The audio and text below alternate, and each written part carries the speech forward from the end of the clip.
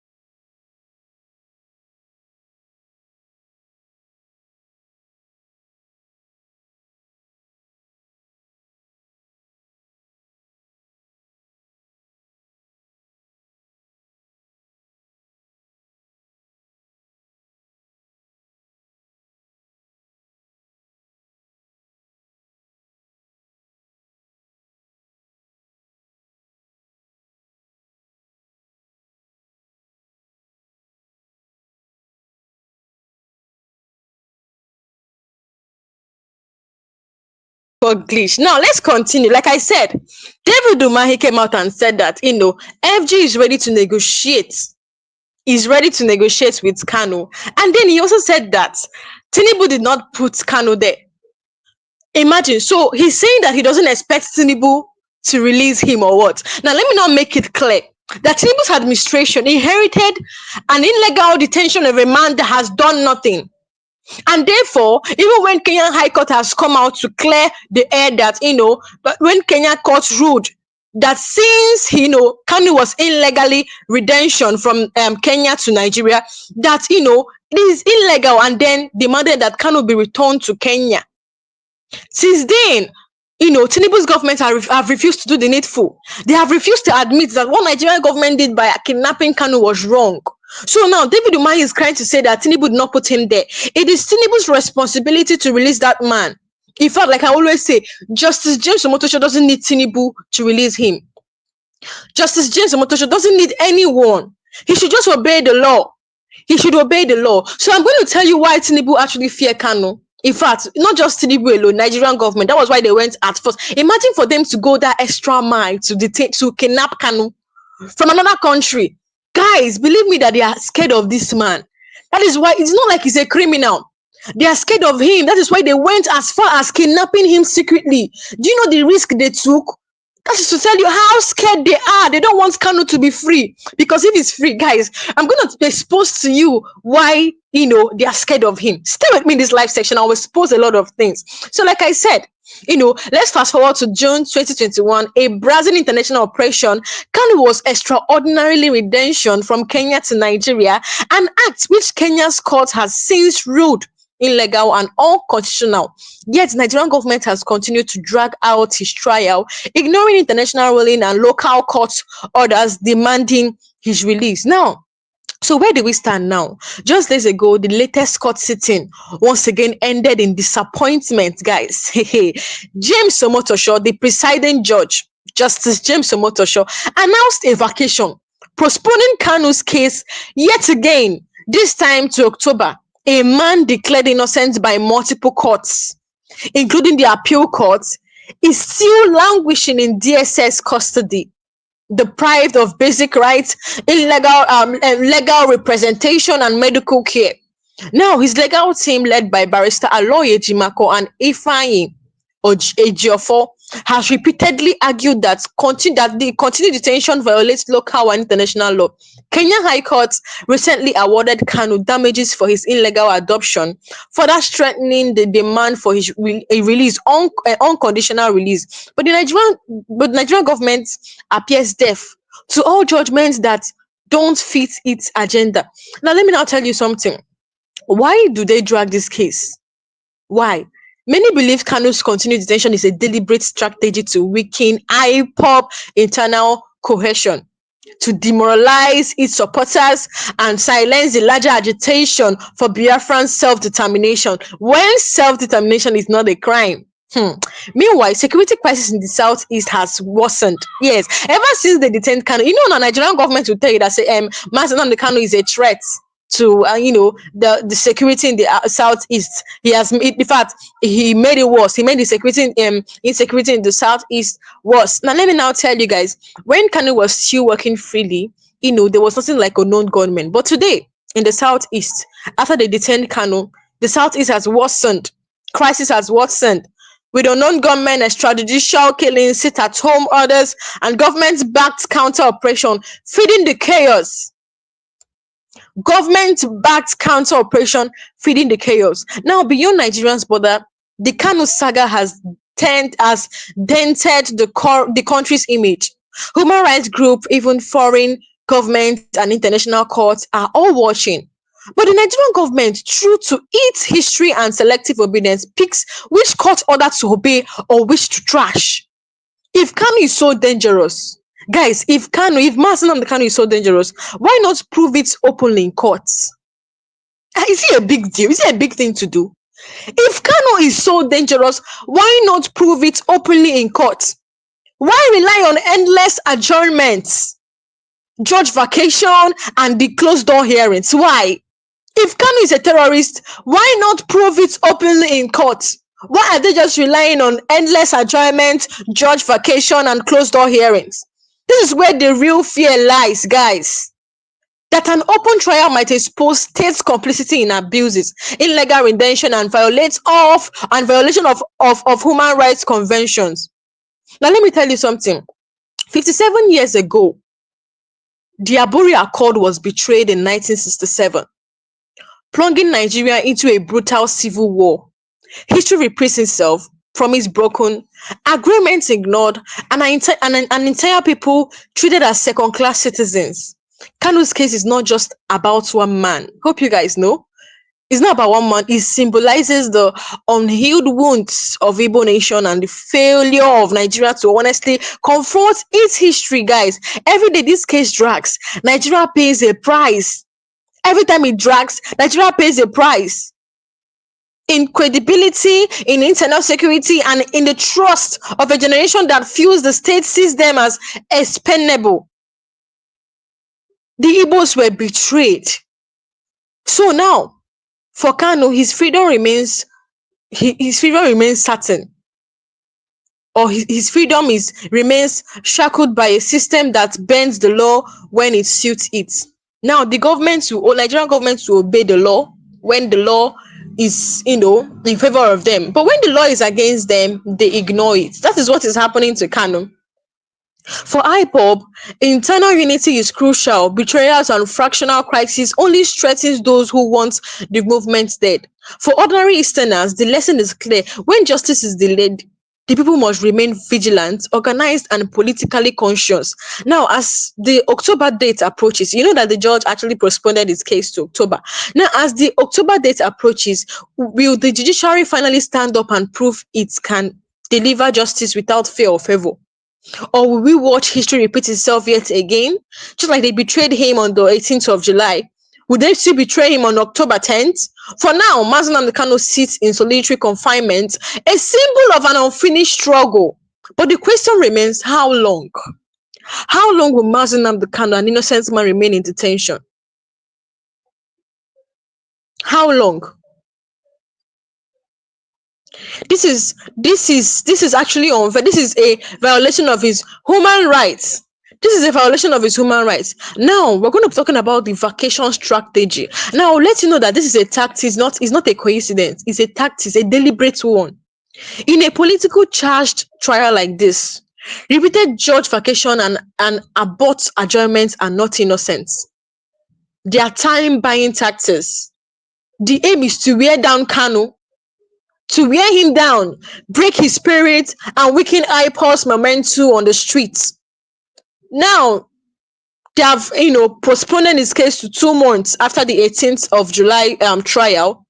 Now they have postponed it to, 2 more. That's October 10th.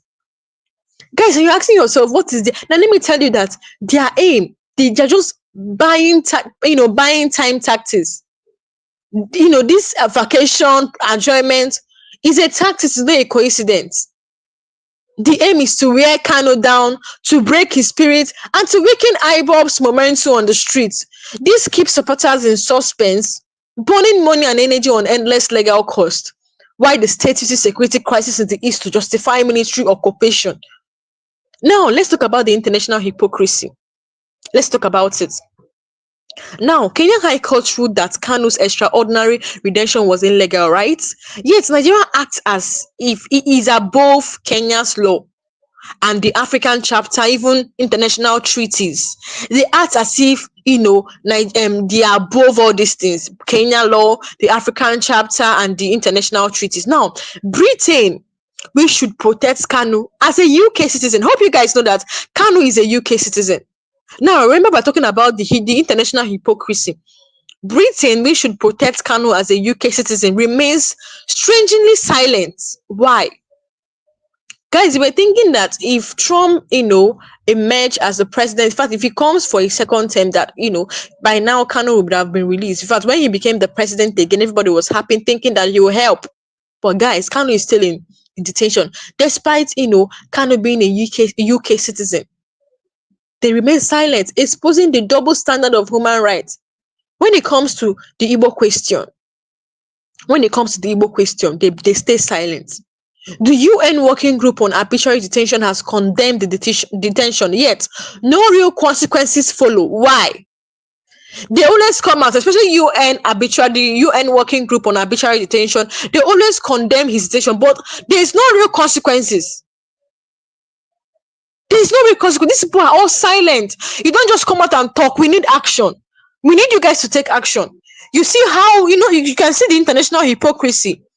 Even when Kenya High Court has ruled that Kanu's extraordinary detention was illegal, yet Nigeria acts as if it's above Kenya's law, the African chapter, and international treaties.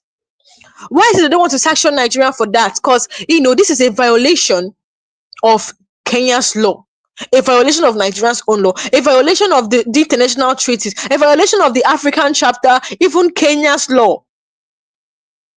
Despite Nnamdi Kanu being a UK citizen, yet they remain silent. Britain, they remain silent. When it comes to Igbo people, they remain silent. Even the UN Working Group on Arbitrary Detention, they have also condemned. They will not deny the fact that they have come out to condemn his detention. But guys, why is there no real consequences following it? Or they just come out and talk? If you have anything to say, drop it under the comment section. Let's talk about it, guys. Share your own opinion under the comment section. Now, let's talk about the internal sabotage and divide and rule. Now, let me now tell you that there was this man, a soldier. An ex-soldier. He came out and exposed, Soludo, saying these are the sabotage, in Nnamdi Kanu's case. They don't want him to be free. You guys know that Soludo said one certain time that the release of Nnamdi Kanu is not going to end insecurity in the southeast. That means he's saying that they should not release Nnamdi Kanu.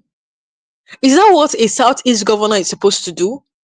Somebody that is supposed to be seen involved in the release of Nnamdi Kanu, demanding for the release of Nnamdi Kanu, is trying to say that the release of Nnamdi Kanu is not going to end insecurity in the east?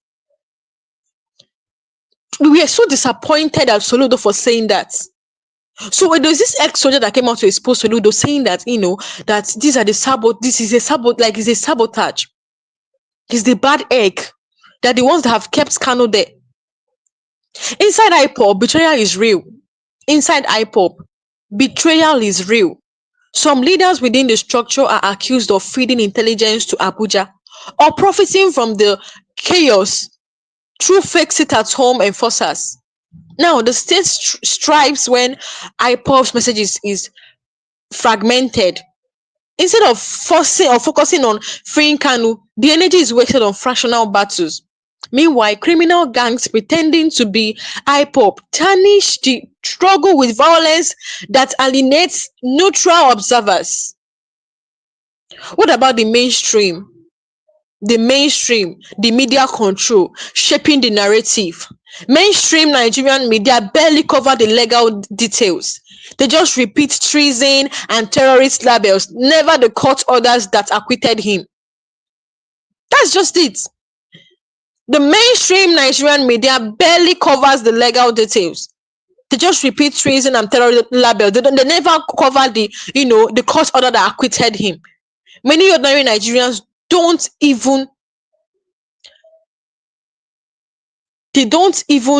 many ordinary Nigerians don't even know Kanu won at the appeal court. Yes, that ruling is buried under government propaganda and silence. Many ordinary Nigerians don't even know that Kanu has been acquitted since October 2022. He was acquitted. The appeal court acquitted him. But you see, many ordinary Nigerians don't even know how Kanu won at the appeal court. The ruling was buried under government propaganda and silence.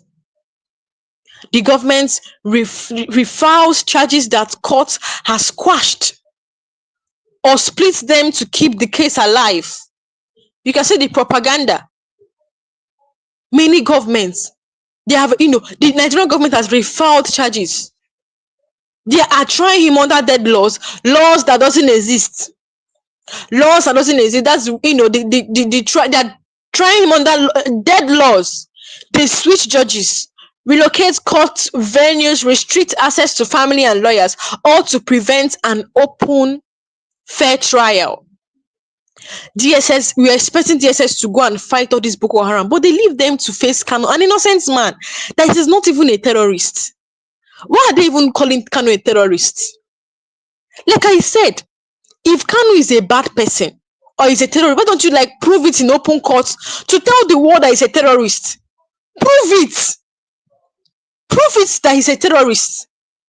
They don't have any evidence to show that Kanu is a terrorist. So why don't you release him?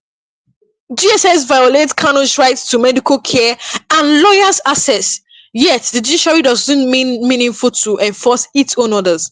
Yes, the judge has said during the time of Binta Nyako, the judge said that DSS has no rights. In fact, clearly stated the laws and regulation that DSS must allow Kanu to have access to his lawyers. But we have heard many times when DSS has actually restricted Kanu's lawyers. What did they do? Did they do anything? Did they do anything concerning that when DSS actually restricted Kanu's lawyers? They did not do anything. Somebody said, did Kanu order Lagos to be burnt? Somebody said, did Kanu order Lagos to be burnt? Now, if Kanu actually ordered Lagos to be burnt, we will see evidences. Those people that said that Kanu ordered Lagos to be burnt, where are their evidences? See, anybody can wake up in the morning and accuse somebody or point fingers at someone. If the person is not, proven guilty, the person is innocent. Until the person is proven guilty, there are lots of accusation, guys, even when they were doing the DSS witnesses. In fact, there's even one that they called Onyami, said that Kanu ordered that they should kill 3,000 people, and then he ended up killing 30 people. Till today, guys, even till forever, they will never bring evidence concerning that, because that was actually a lie. If it was true, they should bring evidence. Even the judge, Justice James Omotosho, said, DSS, when they made that accusation, when they testified against Kanu, saying that, Kanu ordered Onyami to buy 3,000 people, judge asked him, where is the Onyami? The witness said that is in our custody, not for them to come for the next trial to say that they did not bring Onyami, like Onyami is not in their custody. You can see the lies. You can see the lies.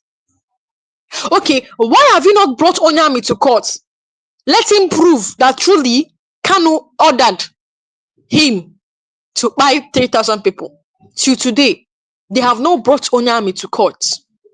I mean, during the DSS witness. So now this is your question. Did Kanu order Lagos, to be burnt?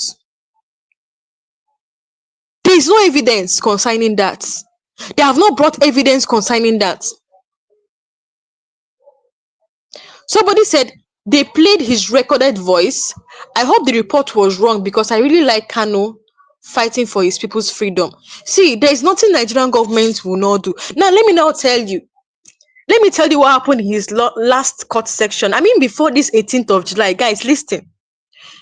They said, that ever since Nnamdi Kanu has been coming to court and everything, Kanu's legal team has not, entered any defense to prove Kanu's innocence. Hope you guys know. It has just been DSS, testifying about Kanu, saying all manner of things. Even the one they are not sure of, anything they will ask them, they will say no. They are not even. Kanu will say they hired them to come and testify. See, as far as Nigerian, guys, hear me and hear me very well. As far as Nigerian government went to Kenya to kidnap this man, there is nothing they cannot do to silence him. Both playing fake recorded voice. See, there's nothing they cannot do to silence him. Now, the lawyers have said that on the 10th of October, if they don't release Kanu, they will start their defense. They're going to start bringing witnesses to court to prove Kanu's innocence. Ever since they have been labeling Kanu terrorist, saying that he did this, he ordered to burn Lagos, he did this, he did that. The lawyers have not said anything concerning that. They're just listening. On the 10th of October, like they said, if they don't release him, they will start their defense. They will prove Kanu's innocence and dismantle all this both fake recorded voice they have been saying about Kanu. Let me now tell you, as far as if Kanu was actually a terrorist, by now he should be jailed. We will see. We don't even need witnesses to come and testify. Nigerians, civilians will see it. Civilians will see it, and Kanu will win.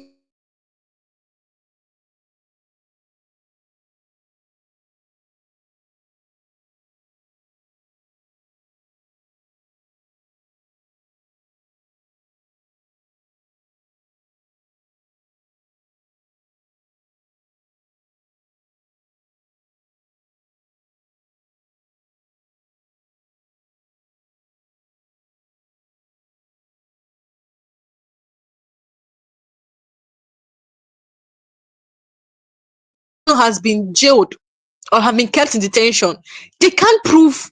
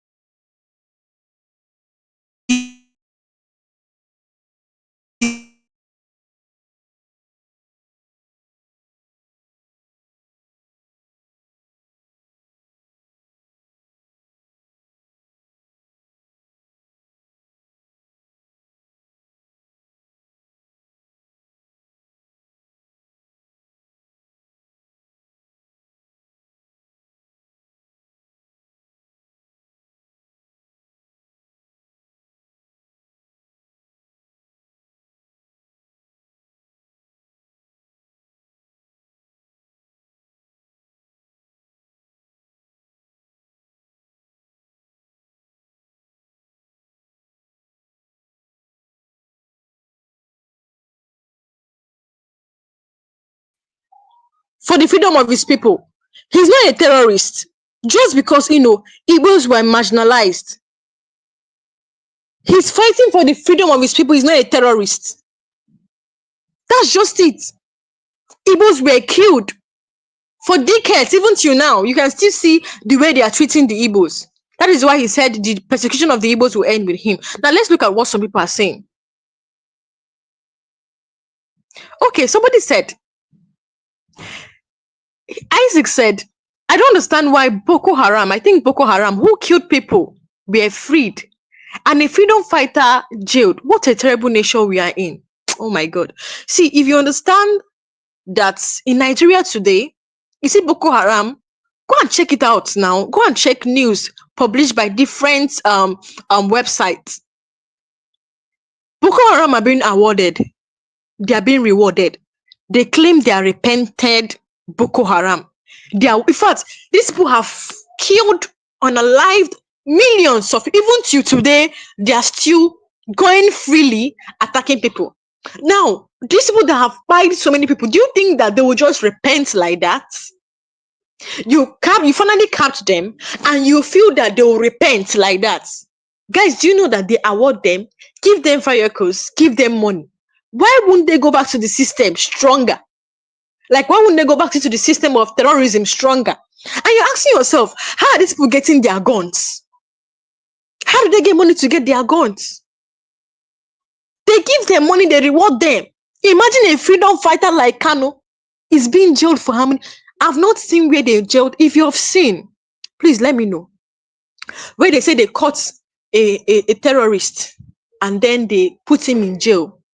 I don't mean habilitation, because this stupid habilitation they are doing in Nigeria, you see that the fact that they catch terrorists and then they rehabilitate them, guys, insecurity will never end, because even they even go as far as giving them army uniforms. Some become soldiers. Insecurity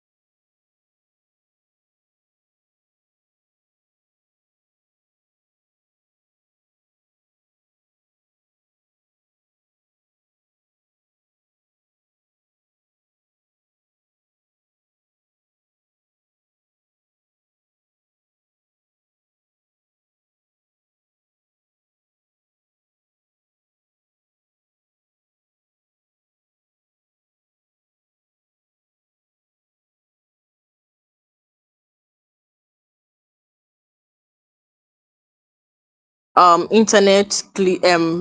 glitch, sorry. So now let's talk about what David said. David Freeman, he said, well, being a UK citizen doesn't mean anything when you broke the law of a nation. Nigeria has the right to arrest and imprison anyone who breaks their law. When if he or she is the United States, I think it did not complete what he said. Now, it's as if this person doesn't know what's happening. It's as if your ignorance of what is happening. Now let me now break it down for you to understand. You feel Mazen and Kanu actually broke any law? Do you feel, or do you think Mazen and Kanu broke any law in Nigeria? Kanu did not break any law. Let me now put it to you. Kanu was illegally, that he was, using his microphone to expose Nigerian government, that he was asking for self-determination. Is it a crime? They violated his human rights. Self-determination is not a crime. Guys, prove it to me under the comment section that self-determination is a crime. It is not a crime. Your constitution said, release this man. Nigerian's law said, with what the law said, it shows that Kanu is innocent. And therefore he should be released. But Nigerian government doesn't want to release him. Kanu did not break any law in Nigeria. That he was exposing bad governance he did not break any law. That he was acting for self-determination is not a crime. It's not a crime at all. It's his right. Self-determination is not a crime. The fact Nigerian government are the terrorists now in this case because they kidnapped him. That's terrorism. Sharika said that Kanu was kidnapped. You cannot tell me anything otherwise. Kanu was kidnapped. Kenya said Kanu was kidnapped. Kenya's High Court. International voice has said Kanu was kidnapped. Even the observers that were sent to Nigeria, US observers to see how Kanu's case is going, how they're handling Kanu's case. They said Kanu was kidnapped, and the fact he was kidnapped, his trial is invalid. So you can see that Kanu never broke any Nigerian law. How did he break? Is he a terrorist? If he's a terrorist, by now would have known. No point can prove he's a terrorist. No point. So let me now put it to you that, David, I'm putting it to you that Kanu did not break any law in Nigeria. It is Nigerian government that broke their own law, that violated their own law, violated different laws, both international treaties. Go and make your research. It's as if you're ignorant of this case. Now, Isaac says most Igbo senators in Abuja are traitors as well. This one is not a new thing. Everybody knows that they are sabotage, like people that are supposed to be calling for Mazen and Kanu's release. Don't be surprised that they are the ones behind all these things. Making Kanu to still remain there.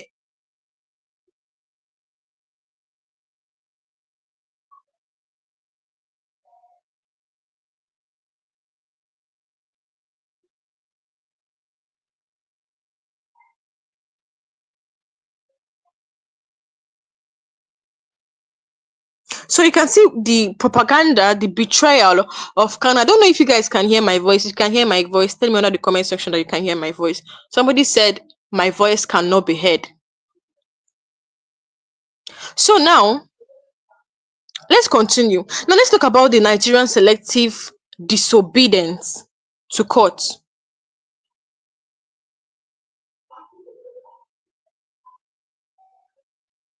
Please, if you can hear my voice, let me know.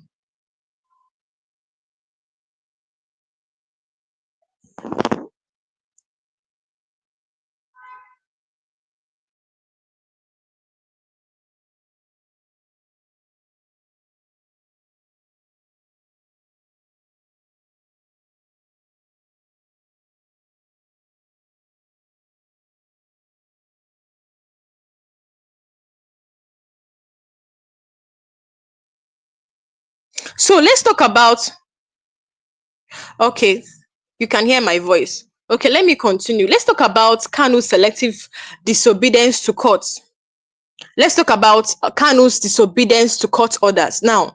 Nigerian selective obedience to court orders, Nigerian selective disobedience to court orders. The Nigerian government obeys courts ruling when it favors them. They will obey the court to jail someone, yes, but they will not obey the court orders to release Nnamdi Kanu. They are fast to act when court judgment favors them, but they drag legs when it doesn't favor them. When court granted bail or declared Kanu's detention illegal, they ignored it. Or why is the Nigerian government? Please, sorry if I'm cutting off again. Sorry if I'm off and on.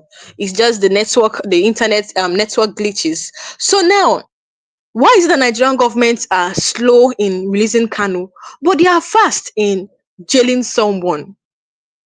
When courts granted Kanu bail or declared Kanu's detention illegal, they ignored it, or they filed new charges to keep him inside.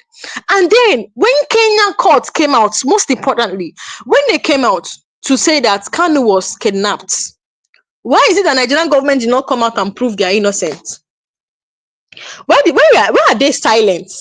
And all of a sudden, Dave Umahi said that Tinubu is ready to negotiate with Kanu. And then Kanu said, I don't need any negotiation. Release him first before you start any negotiation. Which kind of negotiation do you want to negotiate with in prison? Release him first. Before any negotiation, release him first. Kanu said he doesn't want any negotiation. He demands, justice to be served. Release him. Because that is what the law says. He's innocent. That is just it. When courts grant bail or declare Kanu's detention illegal, they ignored it and then they filed new charges to keep him inside. Yet, the same system chases citizens from contempt if they disobey smaller court orders. A double standard that shows the law is just a tool for the powerful. So according to what Isaac said, our judicial is rotten. Judicial system in Nigeria is rotten. They have all bought them and put them inside the pocket. Yes, they bought all. Why was Wike building houses for judges? Did they tell they don't have house to live? Did they tell Wike said that he was building houses for judges because according to what he said, I just laugh and look at this man and said, you think Nigerians don't know what you guys are doing? According to Wike, he said he was building houses for judges, he said that our judges don't have, they don't have money. Imagine a judge renting house. They don't have money. And he went and built houses for judges, and I'm not laughing. So Wike, as at that point, Wike was displacing people, using the land to build houses for judges. Tell me it's not a way to buy them. Just tell me there is not a way to buy them. These people know what they are doing. They are doing this thing. You can see that they will give judges vehicles. So on the 2027 election, judges will be in favor of them. They will judge in favor of them. Yes, now, this is what we are seeing in Nigeria today. Our judicial system is rotten. Corruption everywhere. So when Kanu was granted bail, they ignored it. Rather, they filed another charges to keep him there. Yet the same system chases citizens for contempt if they disobey smaller court orders. A double standard that shows the law is just a tool for the powerful. Now, to what happened in River State about the Fubara case, I want to talk about. They claim that they don't obey the law. The court has said that Kanu should be released. Did they obey it? They did not obey it. But now they are saying that Fubara did not obey court orders.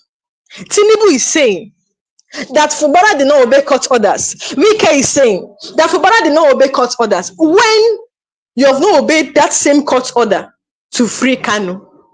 So where do we start from now? Who is wrong? Who is right?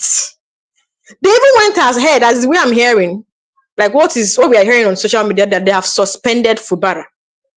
Does the president have the right to suspend? I don't want to go down into Fubara's case, guys, but I'm just saying because they claim that that people don't obey court orders, just like they told Fubara that he doesn't obey court order. The same court order ruled that Kanu should be released. Have Tinubu obeyed it? Kenya ruled that Kanu should be freed. Has Tinubu obeyed it? And they claim that other people don't obey court orders. This is what we are seeing in Nigeria today. This is what we are seeing in Nigeria today. So now, DSS prefer detention than open trial, over open trial. The DSS fears a full public trial could expose illegal evidence, questionable witnesses' testimonies, and the shady redemption plot with Kenya. Hope you know that that plot was organized by Nigerian government, and then they had to involve some Kenyan officials to kidnap Kanu. And then Kanu has said that they found that they are coming out to compensate. What is 120 million naira? They compensated him with 120 million naira. You cannot actually buy Kanu's life with 120 million naira. If that man died in detention, what would you say? Can you revive his life with 120 million naira? What we are saying is that those people that collaborated with Nigerian government to kidnap Kanu, both Nigerian government and Kenya, some Kenya officials, they should call their names and they should be brought to justice. Justice must be served. They should, be prosecuted. That is all we want. That is all we want. DSS fears a full public trial could expose illegal evidence, questionable witness testimonies, and the shady redemption plots with Kenya. A courtroom forces cross-examination and international observers, so they prefer adjournment and secret hearing. Now, somebody said Kanu will be released. They are looking for a way to save face from embarrassment. That is just it. Yeah, do you know the embarrassments Nigerian government are bringing to themselves?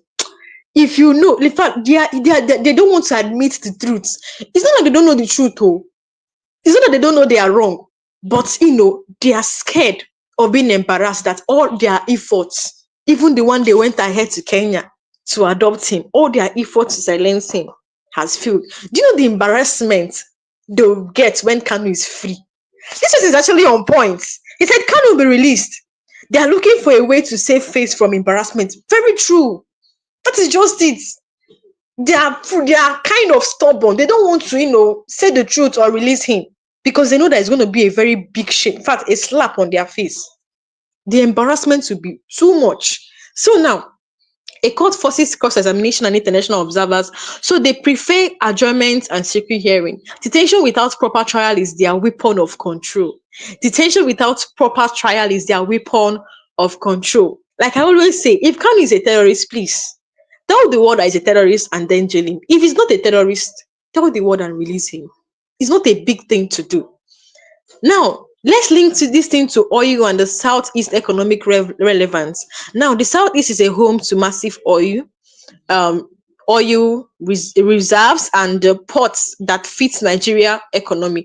An organized United Igbo bloc with a charismatic leader like Kanu threatens federal control of these resources.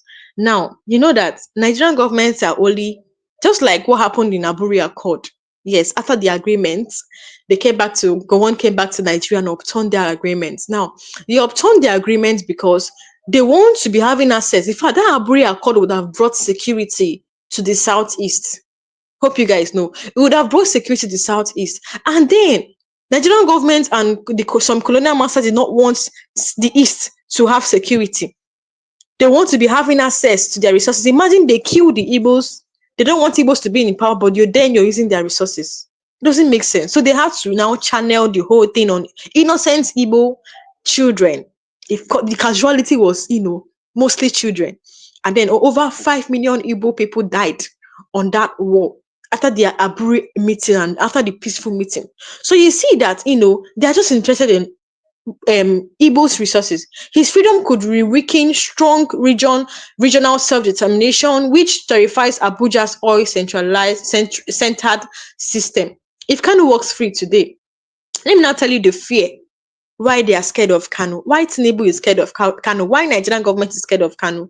Now, if Kanu walks free today, or if Kanu walks free after a court quashes charges, it set a dangerous precedent for the government. It proves the system can lose to a people's movement. That is justice. Now, let's come to what this guy said. This actually proves to what Isaac said. He said Kanu will be released. They're looking for a way to save face from embarrassment. Now, let's not go back to this point. If Kanu walks free today, it proves the system can lose to a people's movement. They fear this would inspire Niger Delta agitators, middle belt autonomy demands, and even Arewa breakaway calls. Because you know that even outside the Arewa group, they want to secede. They want to secede. Even what's it called? Even Yoruba Oduduwa, everybody wants to have their own nation. Let's see what this person said. Gabriel said, Boko Haram are being reformed and sent out to acquire skills, while the freedom fighters are being arrested and detained. What a country we are in. Now, this is actually very true. Boko Haram today, you can see they in fact they equip them. If you know the kind of gun these people use, you start see. Let me tell you. So we have heard of some confessions online where these Boko Haram, these headers band, they said this gun they are using, they don't have, what they do is to rear cattle. They don't have money to acquire this gun. This AK-47 was given to them. We have seen confession online. That's to tell you that Boko Haram are being reformed. They equip them while our soldiers are crying of weapon. Some they sent to Sambisa Forest to fight. There was this video I came across. If you see the food they bought for soldiers to eat, you will cry for these soldiers. They are underpaid. They don't feed them well. They don't even give them weapon, risking their life. Our soldiers are crying of weapon. Do you know how many soldiers has died in just last month? Even this month, do you know how many soldiers that died because they are, they are not weaponized? So what this person said is true, that Boko Haram are reformed and sent out to acquire skills. While freedom fighters have been arrested and detained, what a country we are in. This country we are in. In fact, like Nnamdi Kanu always say, you see Nigeria, anybody in Nigeria, or you see people in Nigeria, they're in bondage. In fact, he said he's already dead. Kanu said he's already dead. The only thing that can revive him is what? Biafra. Because life is meaningless without freedom. That's what he said. Life is meaningless without freedom. Now, let me now tell you the hidden roles of the big powers. UK intelligence reportedly knew about Kanu's presence in Kenya, but looked away. Hope you guys know. UK intelligence reportedly knew about Kanu's presence in Kenya, but they looked away. They kidnapped Kanu in Kenya. UK, even despite he's a Britain, a UK citizen, they did not look for him. All of a sudden, we found Kanu handcuffed in Abuja Federal High Court. High Court. They never looked for him. So UK intelligence reportedly knew about Kanu's presence in Kenya, but they looked away. Why? Because stability for oil and oil companies and strategic military bases comes first. Yes, now. They need Nigeria stable enough to pump oil, not stable enough for true justice. Many Igbo families spend money traveling to Abuja to show solidarity at courts. Legal fees, feeding IPOPs, media team, paying lawyers, transport, all drain the people while Abuja spends state funds to fight one man. The longer this drags, the more exhausted the ordinary people get. Kanu's health is deteriorating in DSS custody, yet his doctors are restricted. Denying proper medical care is slow. Quiet punishment, hoping poor health does what the courts can't. This is a psychological torture.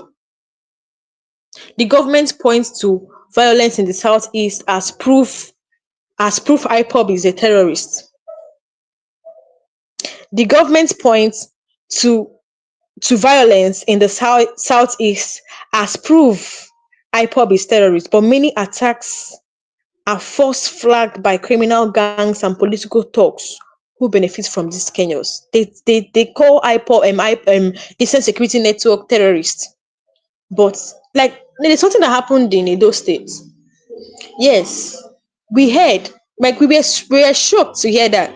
We heard that in Edo State, military personnel were displaced, in fact, bringing down people's house, bulldozing people's house, and then they gave it to Fulani people. What does this tell you?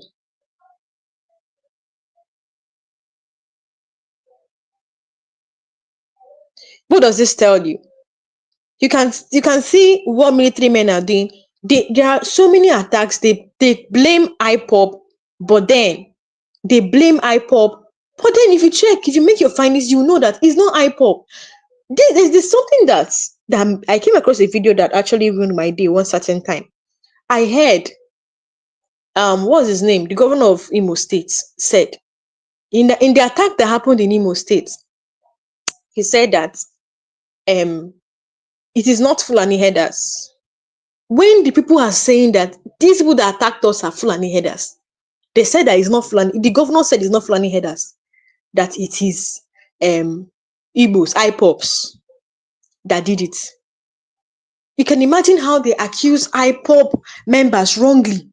Soludo said that, you see, Igbos are criminals. That headsmen, terrorists, they are not criminals. That is Igbos that are criminals.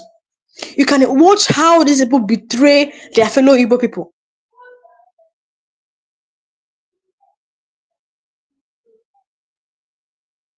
Somebody said, sorry, I have to go to work. Please keep up the pressure to release Nnamdi Kanu. Enough of our brilliant brains in lockup while the real criminals are roaming around killing people in Plateau. See you again.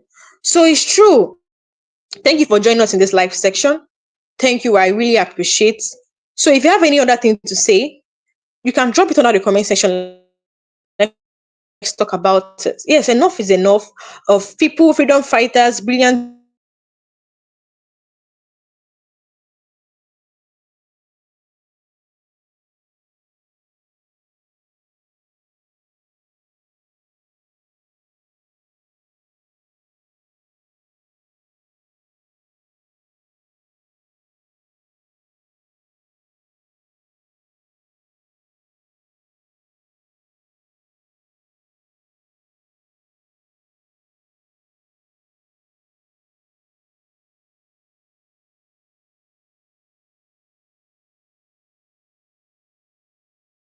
release him.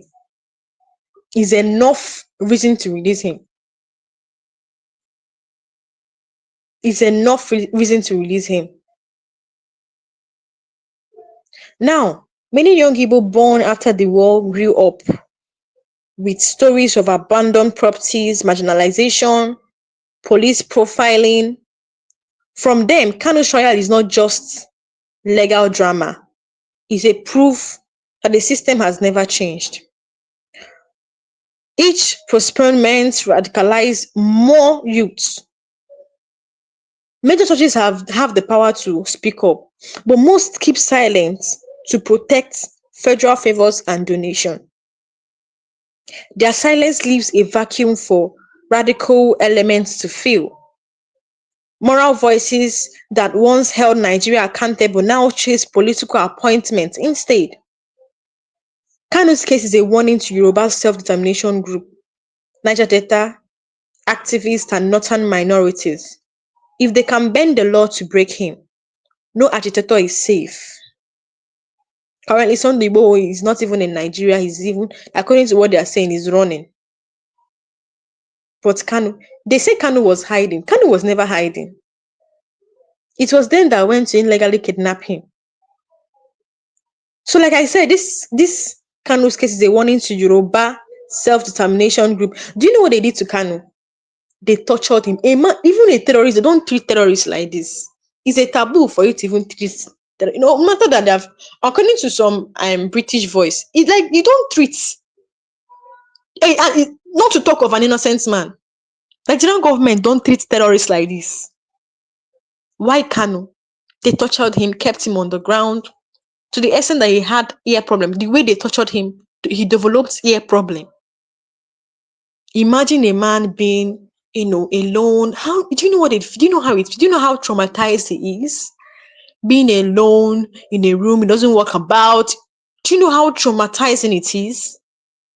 I was disappointed. I felt bad. I cried when I heard, because on the 18th of July, they were supposed to release him. And when I heard that the judge has postponed it, like the kind of, I was so certain. I was certain because Kenya court has ruled. And I was expecting Justice James Omotosho to deliver his judgment based on what Kenya High Court ruled. But I was so traumatized when I heard that his case has been adjourned to 10th of October. Guys, I felt so bad. I cried that day. God knows. How can this man, even after the US, they violated international treaties, Kenya High Court has come out to rule, but still, they still postponed it. They saying that the judge went on vacation. So you prefer to go on vacation than hanging a man's life in detention. So this is a warning to Yoruba self-determination group, even Niger Delta. If they can bend the law to break him, no agitator is safe. The One Nigeria slogan is enforced with force, not fairness. The longer Kanu is detained, the more IPOB's internal faction fights. Some get frustrated and break away, forming splitter group with no clear leadership. This division is Abuja's silent victory until is the real threat, not Kanu himself. Now, some insiders said the government might never free Kanu alive, but also fears him outright. Some they prefer a slow bleed, indefinite detention until he is forgotten or broken by falling health. Now let me tell you something. No matter how long they detain Kanu, if you like, let Justice Omotosho stay in vacation for a year. Kanu's spirit will never be broken. Let me now tell it to you. Let me now put it to you all. If justice, because how can on the 18th of July he actually said, if after the no case submission, then he said on the 18th of July we're going to be ruling. I will rule on the no case submission. How can 18th of July now reach, and then all of a sudden you're going for vacation? Postponed it to 10th of October. Now let me now see. If they like, they should postpone this thing to 1 year, or let him stay in vacation for a year. Kanu's spirit will never be broken. Kanu's spirit. Kanu is the strongest man I've ever seen in my life and forever. Because with all this, even with his lumps, because he complained that he has lumps, that the drug they're giving me is not working. He complained of lumps in his armpits and everything. But still, this man, if you still see him in court, he smiles, laugh. And I just wonder if this is not the man they detained for 5 years now. His spirit is never broken. They want him to be looking like skeleton, so derailed, looking so sad.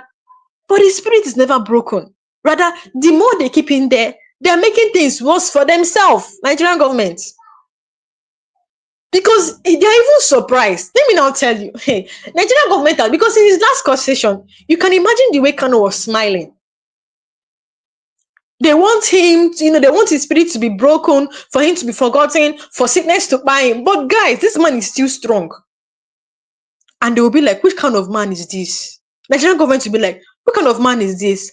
After all our whole efforts, this man is still standing strong. Hey, this is just the beginning. If you like, let them adjourn it to the next. See, they have been adjourning this case since how many years ago, even till now.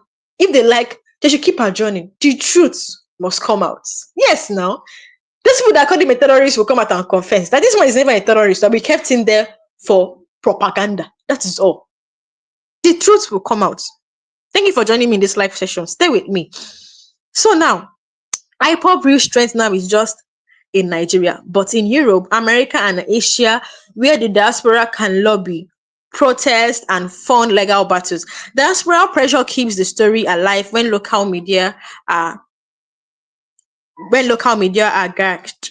If Nigeria truly believes in unity, in peace, it must confront the ghost of Biafra with honesty. Biafra is a spirit. Yes, if not, when Ojukwu died, Biafra would have died. Not barbed wire.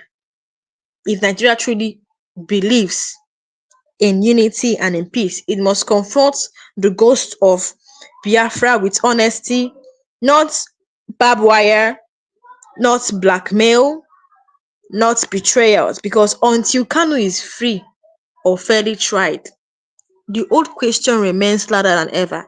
Is this union voluntary or enforced by chains? That is just it. So, guys, we have come to the end of this live section. Thank you for joining me in this live session. Drop a comment under the comment section. Let me know your thoughts. Don't forget to like and share this video. Thank you for watching, and I'll see you guys next time.